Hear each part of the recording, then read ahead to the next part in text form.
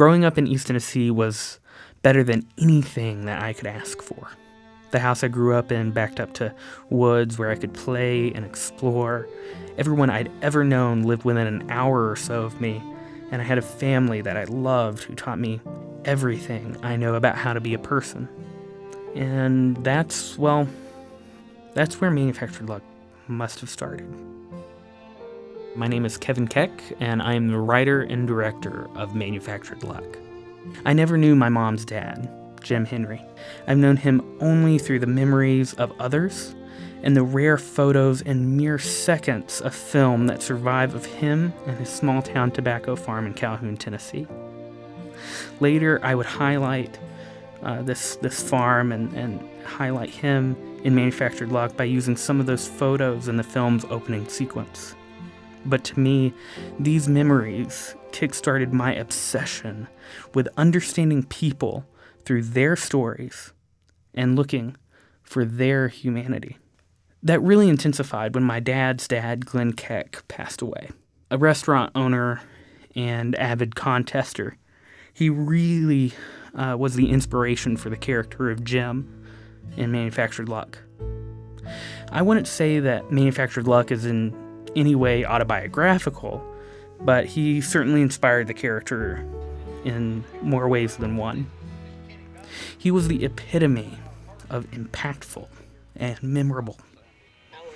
I reached out to a local radio DJ, Ken Hansard, to voice the radio announcer at the beginning of the film. And not only did she remember him from the many contests he'd entered throughout the years, but she helped our film because of how much he meant to her. And that just, for me, really sums up what he meant to a lot of people. I was touring different festivals with a producing partner of mine in my short film, American Letters. And on the road, we would talk a lot about our grandfathers. His had recently passed away.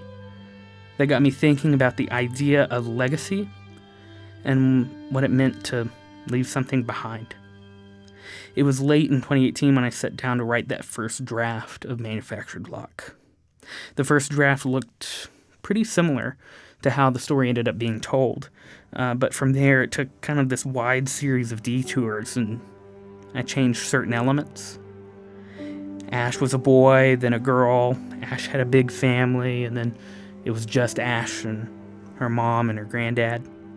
Ash was extroverted, then introverted. In one draft, even Ash's mother died. But no matter the changes, I kept circling back to the same story that I loved. A young girl and her grandfather bond over a supermarket sweepstakes. That was it. That's what stuck with me. But sadly, the project just over time seemed to lose steam and things fell apart, and it ended up in storage on my desktop. I moved back home and fell in love with telling stories set in the East Tennessee region. I mean, to me, there's no other place like it. Knoxville is tucked away into the mountains, but it has become this storytelling and creative hub in so many ways, and music and art, even though The Simpsons did poke fun at it at one point in time. I hate this place!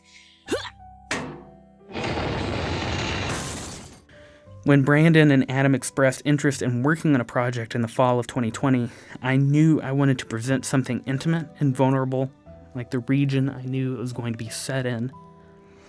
So we looked at a few scripts, but Manufactured Luck just seemed ready for this new life. Our crowdfunding campaign ended up being a great test of how this story would be received. And there was just so much love and support from the friends and the family and the community, even total strangers. Lucas Ferrara came on as our executive producer, and we met our goal for crowdfunding. I even remember there was this sort of moment where I was like, oh crap, we're actually going to make this thing. We pulled together this just kind of all-star crew. I got this real sense that people felt drawn to the type of story that we were telling, whether it's people that Adam had worked with on different sets, or people that I'd worked with on American Letters, or even people that I just knew from high school. Then came the cast. Peter, Azra, Amelia, the townspeople. It just felt like this big reunion of people who wanted to work on something creative in a way that kept the cast and crew small, so that we could afford the amount of tests that were needed. When it came time to look for locations, I wanted it to feel as close to what I remembered from my childhood as possible. We found a house that reminded me a lot of my grandparents' house, and we were able to actually film at the restaurant where my grandparents met, which was such this really cool honor to be able to bring this story to life in the places that had these real events that inspired the events of the film.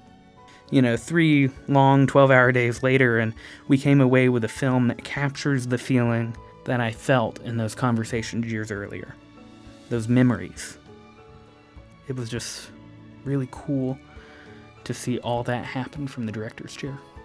For me, it has been so rewarding to see this film come together, and every person from pre-production to production and post-production in LA and in Tennessee has really brought this story to life.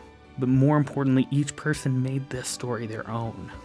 And as we get ready to send this film out into the world, I know that there's a town and a family of filmmakers and storytellers who will be traveling with it in spirit. And that's all any filmmaker could ever ask for.